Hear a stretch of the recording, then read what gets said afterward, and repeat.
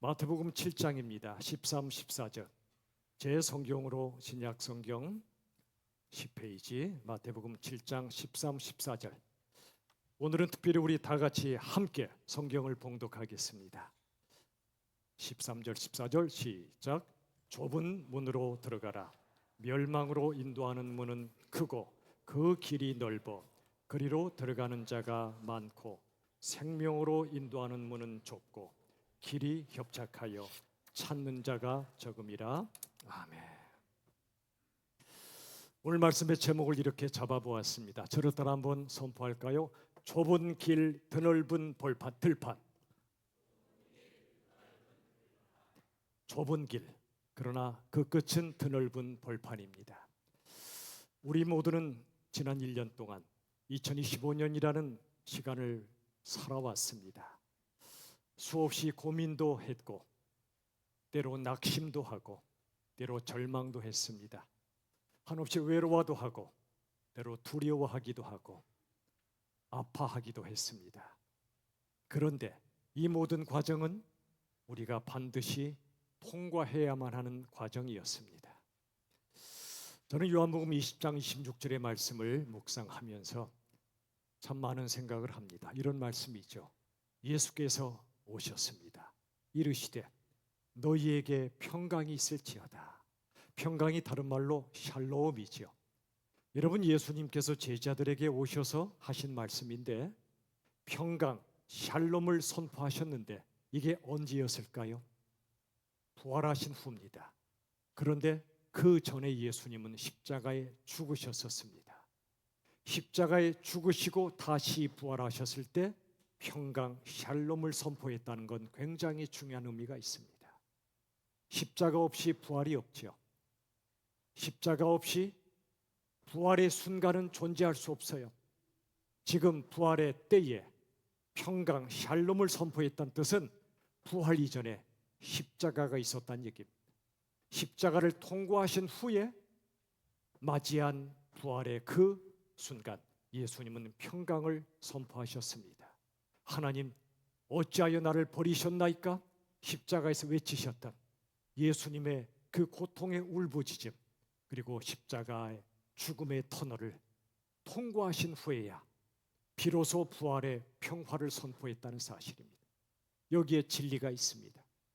십자가의 고통을 통과한 후에 부활의 감격을 누린 그 사람이 비로소 진짜 백이 평화를 선포할 수 있다는 겁니다. 여러분, 치를 걸 치른 후에라야 우린 진짜 평화를 누릴 수 있어요. 치를 걸 치르지 않으면 그건 가짜 평화밖에 누리지 못해요. 무언가 고통의 순간을 통과한 후에야 우린 진정한 평화를 선포할 수 있습니다. 여러분, 예수님의 인생을 보면 예수님도 십자가 두려우셨고 고통스러우셨습니다. 그러나 예수님의 인생에 십자가를 비켜가는 샛길은 없었습니다. 예수님의 인생에 십자가는 필연이었습니다. 필연. 자, 영상으로 보세요. 우리도 마찬가지입니다. 우리 한번 같이 읽어볼까요? 시작. 인생 여정에 고난을 비켜가는 샛길은 없다. 죄송합니다. 샛길이 있다고 말해야 할 텐데 없습니다. 어느 누구도 예외가 없어요. 비 내리지 않는 하늘 없어요.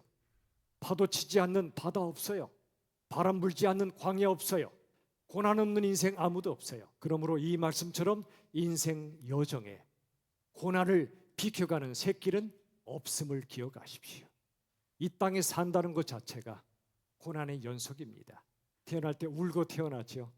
죽을 땐 다른 사람들이 울지만 그 사이에 인생의 시간, 고난을 비켜가는 샛길은 없습니다.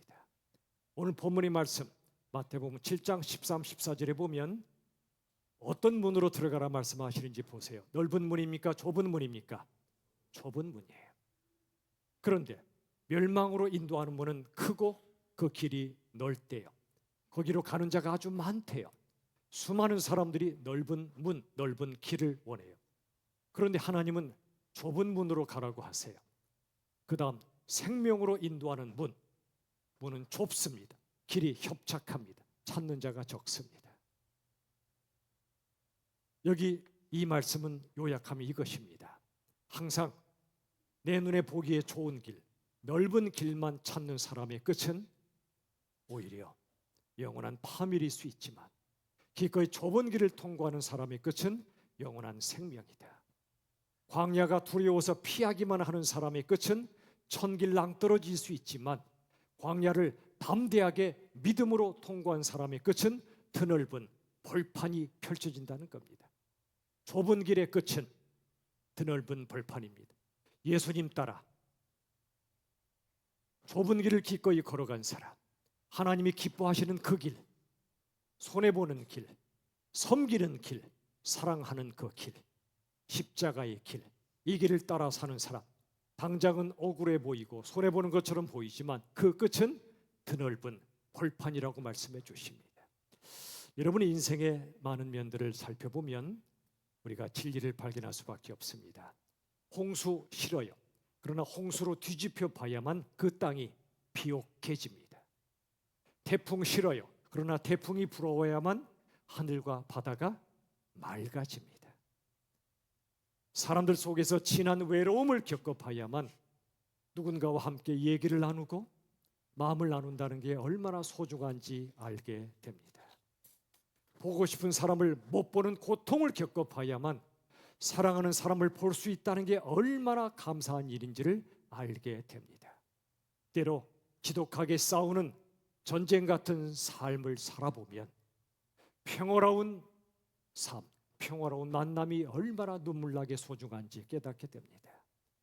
눈물 젖은 빵을 먹어봐야만 빵 한 조각이 얼마나 귀한지 깨닫게 됩니다. 탕자처럼 집을 떠난 고통을 겪어봐야만 아버지의 집이 얼마나 따뜻하고 풍족한지를 깨닫게 됩니다. 때로 원치 않던 힘겨운 병과 싸워봐야만 건강이 얼마나 귀하고 귀한지 깨닫게 됩니다. 그러다 죽음 앞에 서볼 때 살아있음이 얼마나 큰 은혜인지를 깨닫게 됩니다. 우리들은 어제 죽은 분들이 그토록 갈망하던 오늘을 살고 있는 사람들입니다. 죽음 앞에 설 때 살아있다는 게 얼마나 큰 은혜인지를 깨닫게 됩니다. 우리 어머니들 살이 찢어지는 산고를 겪고 나서야 새 생명이 태어나는 감격을 누리게 됩니다. 지금 겨울입니다. 겨울은 뭐 하기 좋은 계절일까요? 사랑하기 좋은 계절입니다. 추우니까. 박노해 씨의 겨울사랑이라는 시를 한번 같이 보시죠. 우리 시인의 마음으로 같이 읽어볼까요? 시작. 사랑하는 사람아, 우리에게 겨울이 없다면 무엇으로 따뜻한 포옹이 가능하겠느냐? 무엇으로 우리 서로 깊어질 수 있겠느냐? 나 언눈 뜨고 그대를 기다릴 수 있겠느냐? 이 추운 떨림이 없다면 꽃은 무엇으로 피어나고 무슨 기운으로 향기를 낼 수 있겠느냐?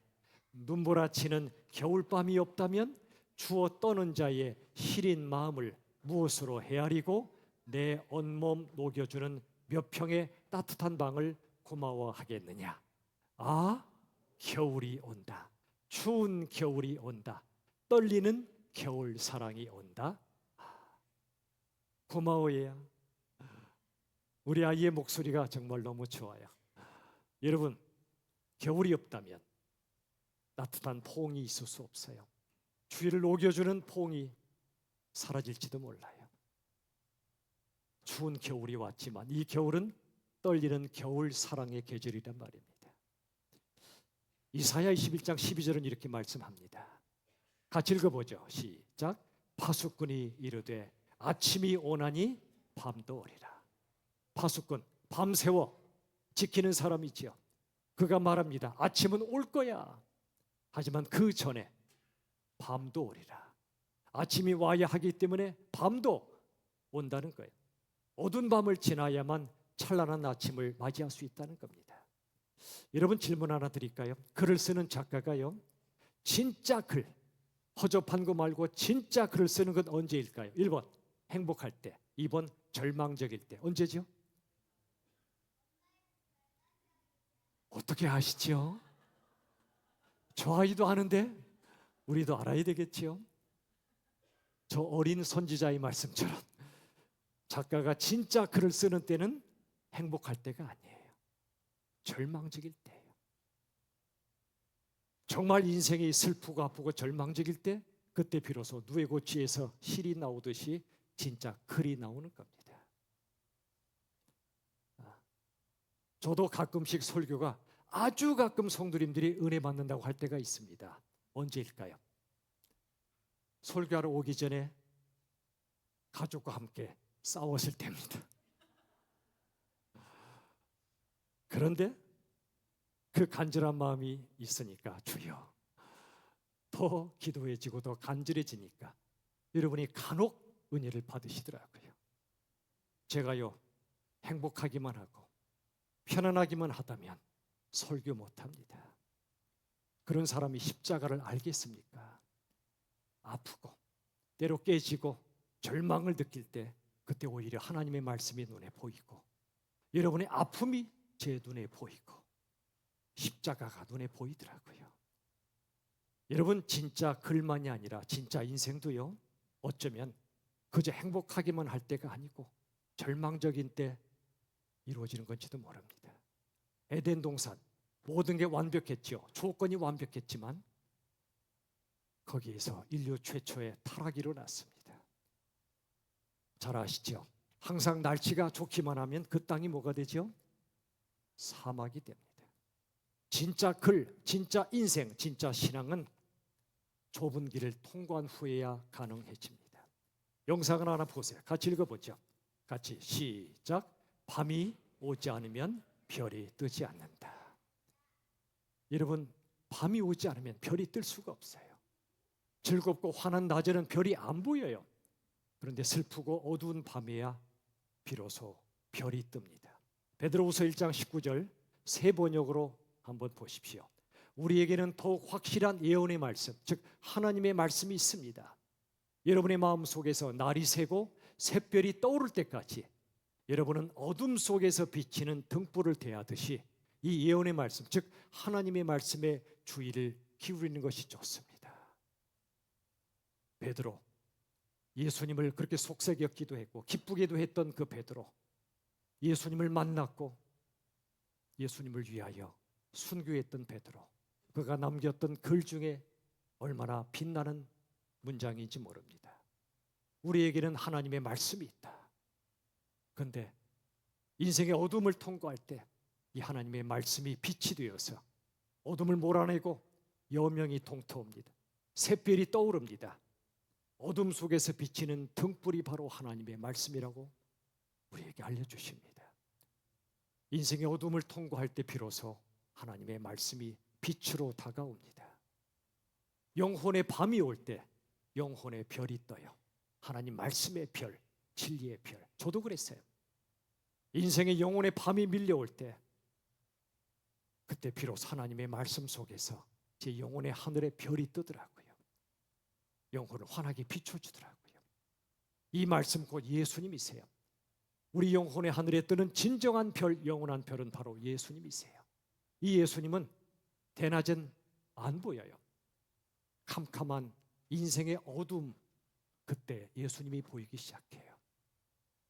영혼이 가장 어두울 때 우리를 더욱더 가장 뜨겁게 사랑하시는 예수님을 만납니다.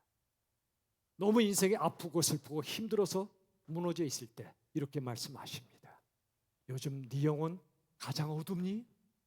네가 어둡다면 나는 너를 가장 사랑해. 네가 가장 어두울 때 나는 가장 너를 사랑한단다. 그게 바로 로마서 5장의 말씀이에요. 우리가 아직 죄인 되었을 때, 가장 영혼이 어두울 때 우리 위에 죽으시는 그 사랑으로 당신의 사랑을 확증하신 거예요. 그래서 어떤 영어 번역은 이렇게 번역해요.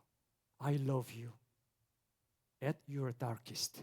네가 가장 어두울 때 난 너를 가장 사랑해. 여러분, 우리 영혼, 우리 신앙은 한꺼번에 자라지 않습니다. 어둠의 시간을 통과해야 됩니다. 영상을 하나 보세요. 같이 읽어보죠. 시작. 모든 탄생에는 어둠의 시간이 필요하다. 지금 이렇게 말하는 저 어린 아이분들도 엄마 뱃속에서 10개월 동안 어둠 속에 있었겠지요. 모든 탄생에는 어둠의 시간이 필요해요.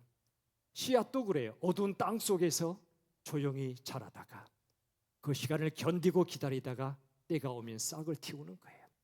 모든 탄생에는 반드시 어둠의 시간이 필요해요.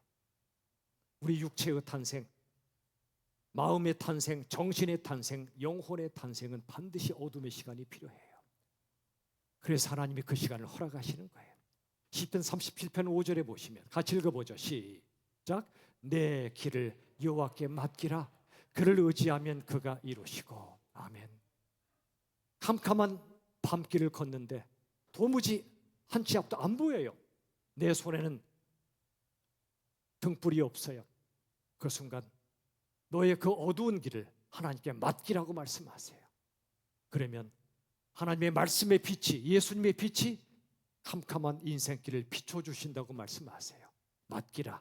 그를 의지하면 그가 이루실 것이다. 여러분, 하나님은 우리가 실패하고 방황했던 순간들도 헛되게 하지 않으세요. 실패와 방황이 일하게 하셔서 그 순간들을 우리로 통과하게 하셔서 우리를 한 땀 한 땀 아름답게 빚어가세요. 산고를 겪지 않고 아름다운 엄마가 탄생할 수 없듯이 인생의 고통을 겪지 않고 예수님 닮은 아름다운 영혼은 빚어질 수가 없어요. 그 과정을 통과하게 하셔서 예수님을 닮은 진짜 사람으로 만들어 가십니다. 어떤 사람일까요? 사람들의 시선에 얽매이지 않고 하나님이 주신 길을 자유롭게 걸어가는 사람이에요. 올 한 해 여러분이 자꾸만 누군가의 시선에 얽매여 사셨다면 이제 시선으로부터 자유하십시오. 한 분 하나님의 시선만 의식하십시오. 그리고 주신 길을 자유롭게 걸어가십시오. 또 진짜 사람은 어떤 사람이냐면 어떤 상황이 와도 마음의 평안함 또는 평온함을 잃지 않는 사람이에요. 삶의 고난을 통과하며 더 깊어지는 사람, 내 가슴을 후벼 파는 인생의 고난 때문에 더 깊어지는 사람. 여러분, 고난이 후벼 파면 내 마음이 깊어질 수밖에 없어요. 넓어질 수밖에 없어요. 왜 내게 이런 일이 일어났지? 라고 묻기보다 이 일 때문에 나는 뭘 배웠고 얼마나 성숙해졌는가를 묻는 사람. 과거의 상처에 얽매이지 않고 현재의 충만함을 누리는 사람.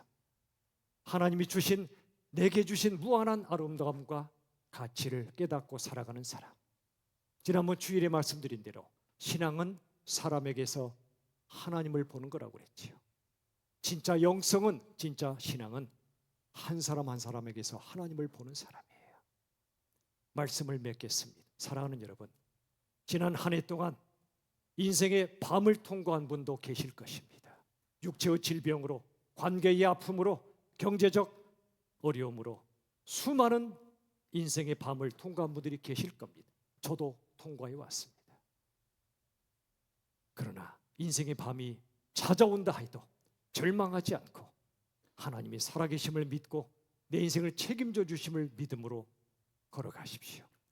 어두움에 처할 때 샛별이신 예수님과 그 말씀의 진리가 우리 영혼을 비추어 줍니다. 우리의 삶을 환하게 이끌어 가실 것입니다. 인생은 좁은 길입니다. 예수 믿고 사는 길은 좁은 길입니다. 사랑하고 섬기는 길은 좁은 길입니다. 십자가의 길이기 때문에 그래. 그러나 그 끝은 자유와 평화가 가득한 드넓은 벌판이에요. 예수님의 자유와 사랑이 가득하고 생명과 평화로 가득 찬 탁 트인 벌판이 좁은 길의 끝에 있다는 걸 믿으시길 바랍니다. 이 벌판을 향해 새해에도 예수님 손잡고 힘차게 살아가시는 여러분 모두가 되시기를 우리 주 예수님의 이름으로 축원합니다. 여러분, 이 시간에 제가 기도하겠습니다. 하나님 아버지, 오늘 이렇게 귀한 송구영신 예배를 드리며 하나님의 말씀의 진리를 같이 나누었습니다. 누구에게나 인생에 고난이 있고 좁은 길을 걸어가는 게 인생이지만 그 모든 고난을 헛되게 하지 아니하시고 그 고난 중에 예수님을 만나고 진리를 깨닫고 우리 영혼에 샛별이 뜨듯이 우리 예수님을 만나는 영광을 허락하여 주시옵소서. 저는 한 해도 주님의 은혜로 살아왔고 다가올 한 해도 새해도 주님의 은혜로 힘있게 아름답게 살아가게 하여 주시옵소서. 무엇보다 우리 한 사람 한 사람이 예수님을 닮은 진짜 백이 사람이 되게 하시고 다른 사람에게서 하나님을 발견하는 아름다운 만남들이 되게 하여 주시옵소서. 예수님의 이름으로 간절히 기도하옵나이다. 아멘.